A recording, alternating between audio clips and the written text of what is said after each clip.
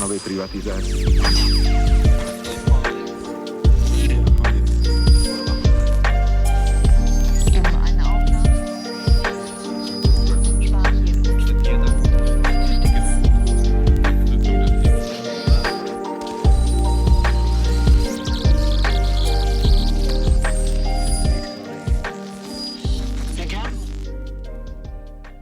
Welcome back to One More Things. On the next couple of episodes, I want to share with you 2 book reviews. These were originally published in the Chicago Review of Books, but I wanted to include them here too in audio form. I think one of the hardest things to do in the times like we find ourselves now is to keep creating art and keep talking about art. The making of art is a political act. The talking about and celebrating art is a political act. I think that for so many of us, this making and talking is how we attempt to understand the world around us. 2 books. First, Absence by Issa Quincy, published by $2 Radio, and then We Are Green and Trembling by Gabriela Cabazon Camaro, published by New Directions. I encourage you to seek out and to read both. I hope you enjoy the show.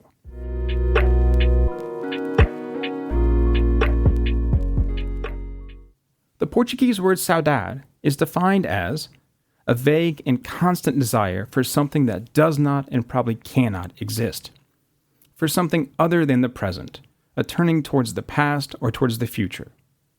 Not an active discontent or poignant sadness, but an indolent dreaming wistfulness. It's deeper, more poetic than nostalgia. Saudade is a melancholic and sorrowful form of yearning. Nostalgia is a more general sentiment, a longing for the past, one that is often associated with happy memories. But memories lie.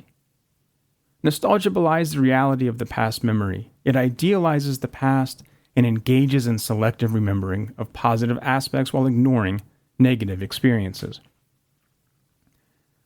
We misrepresent, through sentimentality, those past moments and memories, and in turn limit our growth and close ourselves off to new, important experiences in the present.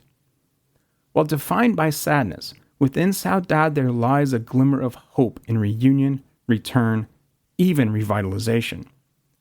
More than anything, the ability to create something beautiful out of the sadness.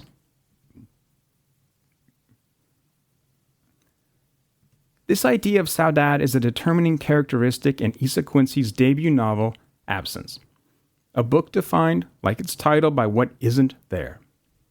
Absence is a lyrical, affecting novel that explores the hollow spaces carved out by grief, identity, and memory in an introspective and layered style.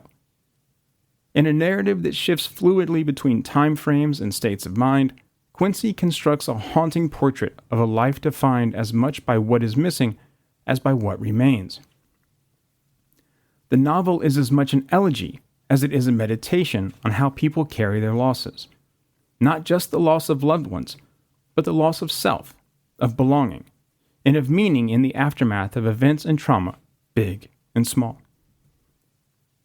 The central thread of Absence is the memories and stories recounted by an unnamed narrator.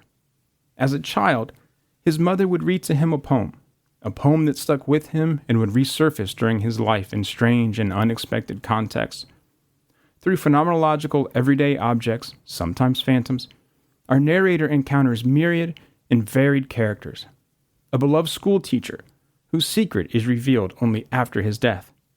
A grieving woman who habitually returns to a Tunisian hotel, hoping her missing brother might return.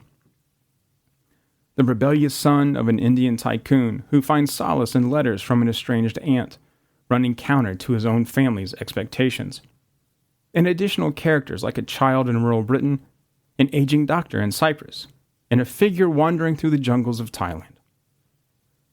All of these characters are enmeshed in the musical echoes of memory and absence. Despite its elegiac tone, in Absence there is an underlying philosophical wave of hope. Ernst Bloch saw art and literature as vital for encouraging hope and envisioning a better future. For Bloch, hope wasn't existentialism. Art and literature are powerful tools that allow us to express our human desires and to push towards a better lived reality. This idea of absence, of what's missing, This loss isn't necessarily only the end of something. For our narrator, these reveries and ruminations lead to new understandings, new connections. This loss becomes an echo, a ripple that reaches out and connects the disparate cast of characters in this book, an interconnected ensemble cast using moments and fragments to build a mosaic of emotional resonance. It shapes and reshapes understanding, grief, and identity. Quincy excels at depicting the quiet human moments between people, a shared meal, a conversation on a beach at nighttime or in a pub, a noticing of aging in an old friend, all become acts of resistance against a type of negation. Absence challenges readers in the best way. It demands their attention, but offers in return a moving, artful examination of what it means to exist in a space vacated and left behind by others. Its contemplative, poetic style invites readers to ponder the beauty and pain in everyday absences and objects.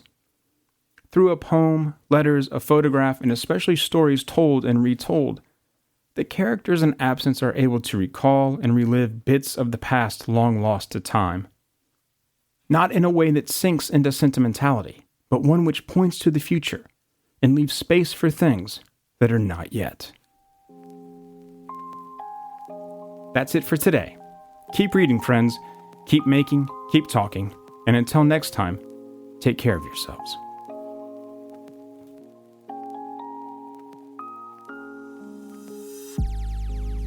If you like today's show, please rate, review, and subscribe wherever you get your podcasts. You can also find information in the show notes about how you can support One More Things. Until next time, thank you for listening.